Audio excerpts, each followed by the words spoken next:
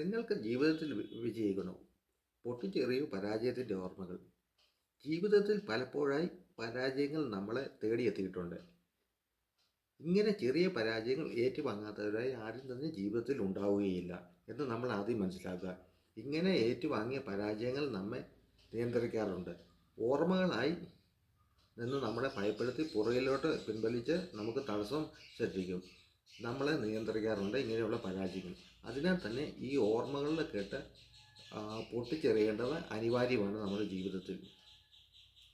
ഒരിക്കൽ ഒരു സഞ്ചാരി യാത്രക്കിടയിൽ ഒരാൾ ആനകളെ പരിശീലിപ്പിക്കുന്നത് കണ്ടു. ഈ ആനകളുടെ കാലിൽ ഒരു ചെറിയ കയർ കൊണ്ട് ബന്ധിച്ചിരിക്കുന്നത് ഇയാൾ കണ്ടു.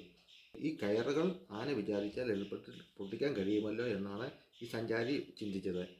ആന കയർ പൊട്ടിച്ചാൽ അത് വലിയ അപകടത്തിൽ കലാശിക്കുകയും ചെയ്യുമെന്ന് ഈ സഞ്ചാരി വിചാരിക്കുകയും ഇരുമ്പൂട്ടിട്ട് പരിശീലിപ്പിച്ചുകൂടെ എന്ന് ആ പരിശീലകനോട് ചോദിച്ചു.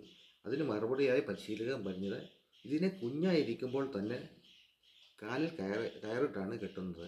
അപ്പോഴെല്ലാം കയറ് പൊട്ടിക്കാൻ ഈ കുട്ടിയാന ശ്രമിക്കുമെങ്കിലും അതിന് സാധിക്കില്ല. കാരണം ആനക്കുട്ടിക്ക് അതിനാവശ്യമായ ശക്തി അന്നില്ല. പലതവണ ശ്രമിച്ച ആനക്കുട്ടി പരാജയപ്പെടും.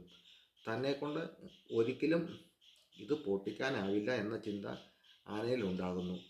ആന വളർന്ന് ശക്തനായ ഒരു ഗജവീരനായി തീരുമ്പോഴും അന്ന് ഉണ്ടായ പരാജയത്തിൻ്റെ ഓർമ്മകൾ തനിക്ക് കയറ് പൊട്ടിക്കാൻ സാധിക്കില്ല എന്നാണ് ഈ ആന കരുതുന്നത്. പിന്നീട് ഒരിക്കലും ആന ഈ കയറ് പൊട്ടിക്കാൻ ശ്രമിക്കാറില്ല. അതുകൊണ്ട് തന്നെ ഈ ആനയ്ക്ക് ഈ കയർ ധാരാളമാണ്. ഇവിടെ ഈ കാലിൽ ബന്ധിച്ച കയറിനേക്കാൾ ശക്തമാണ് പരാജയത്തിൻ്റെ ഓർമ്മകളും മനസ്സിൽ ഉറച്ച വിശ്വാസങ്ങളും.